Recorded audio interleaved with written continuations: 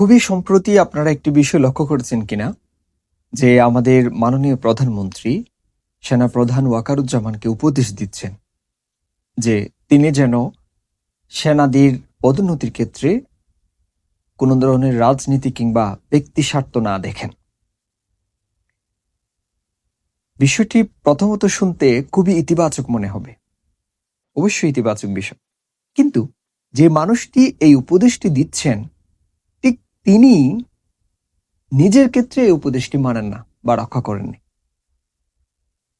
আপনারা লক্ষ্য করবেন, নির্বাচনের পরে বিএনপি সরকার যখন ক্ষমতায় আসে, দেশের প্রায় সবগুলো পাবলিক বিশ্ববিদ্যালয়ে নতুন করে ভিসি নিয়োগ দেওয়া হয়েছে।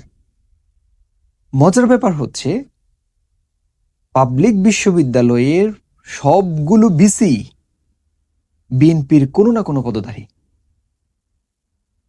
এখন আপনি বলতে পারেন কাকতালীয়ভাবে হতে পারে, বা বিএনপির সাথে সংশ্লিষ্ট থাকলেই বা ভিসি নিয়োগের ক্ষেত্রে বাধা হবে কেন?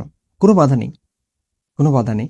কিন্তু কাকতালীয়ভাবে দেশের সবগুলো ইউনিভার্সিটির, অর্থাৎ পাবলিক ইউনিভার্সিটির কথা বলছি, ইউনিভার্সিটির ভিসি কেন বিএনপি পদধারী হবে? ঠিক একই কথা শিক্ষামন্ত্রী বলেছিলেন। তিনি বলেছিলেন যে বিএনপি করাটা কি তাদের জন্য অন্তরায় কেন হবে, বা তাদের জন্য বাধা কেন হবে? কিন্তু আমাদের প্রশ্ন হচ্ছে, সবগুলো ভিসি কিভাবে বিএনপির পদধারী হয়? এবং তারা এমন ভিসি যারা নির্বাচনের আগে লাগারে লাগা ধান লাগা স্লোগান দিয়ে ভাইরাল হয়েছে।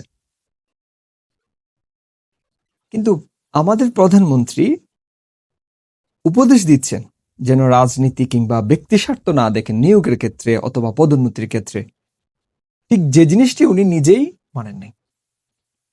আবার আমরা কিছুদিন আগেও, কয়েকদিন আগে খুব সম্ভবত, দুজন পুলিশ অফিসারের ভিডিও ভাইরাল হয়েছে, যে তারা সরাসরি সবার সামনে, একজন হচ্ছে সরাসরি সেমিনারে, আরেকজন সম্ভবত আরেকজনকে কি বিষয়ে বলতে গিয়ে এই বিষয়টা বলে ফেলেছেন যে ওনারা জিয়ার আদর্শের সৈনিক, ওনারা একসময় ছাত্রদল করতেন, আওয়ামী লীগের আমলে শত বাধা বিপত্তি সত্ত্বে ওনারা একচুলো জিয়ার আদর্শ থেকে বিচ্যুত হননি।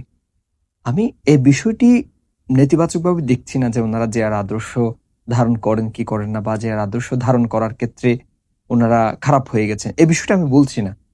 আমি বলছি, নিয়োগ যে দিয়েছেন, এখানে আপনি যতই বলেন স্বরাষ্ট্রমন্ত্রী দিয়েছেন বা অমুক দিয়েছেন অমুক দিয়েছেন, যেটাই বলেন, কিন্তু এখানে সর্বসর্বাকে প্রধানমন্ত্রী। আপনি কোনো না কোনোভাবেই তার নির্দেশেই উচ্চপদস্থ কর্মকর্তারা নিয়োগ পান। কাকতালীয়ভাবে কিভাবে সম্ভব একেবারে গণহারে সবাই বিএনপির পদধারী হন বা কোনো না কোনোভাবে বিএনপির রাজনীতির সাথে সংশ্লিষ্ট? না, এটা দোষের বিষয় না। যদি বিএনপি করে, কিন্তু উনি যোগ্য, তিনি অবশ্যই নিয়োগ পেতে পারেন, নিঃসন্দেহে নিয়োগ পেতে পারেন, তাতে কোনো সমস্যা নেই। কিন্তু বিষয়টা হচ্ছে, ওনার মতো মানুষ আবার আরেকজনকে নিরপেক্ষ থাকার উপদেশ দিচ্ছেন, নিজের ক্ষেত্রে যিনি নিরপেক্ষতা পছন্দ করেন না। এটা কিভাবে সম্ভব? বা এরকম মানে দলকানা উপদেশ মানুষকে আদৌ গ্রহণ করবে?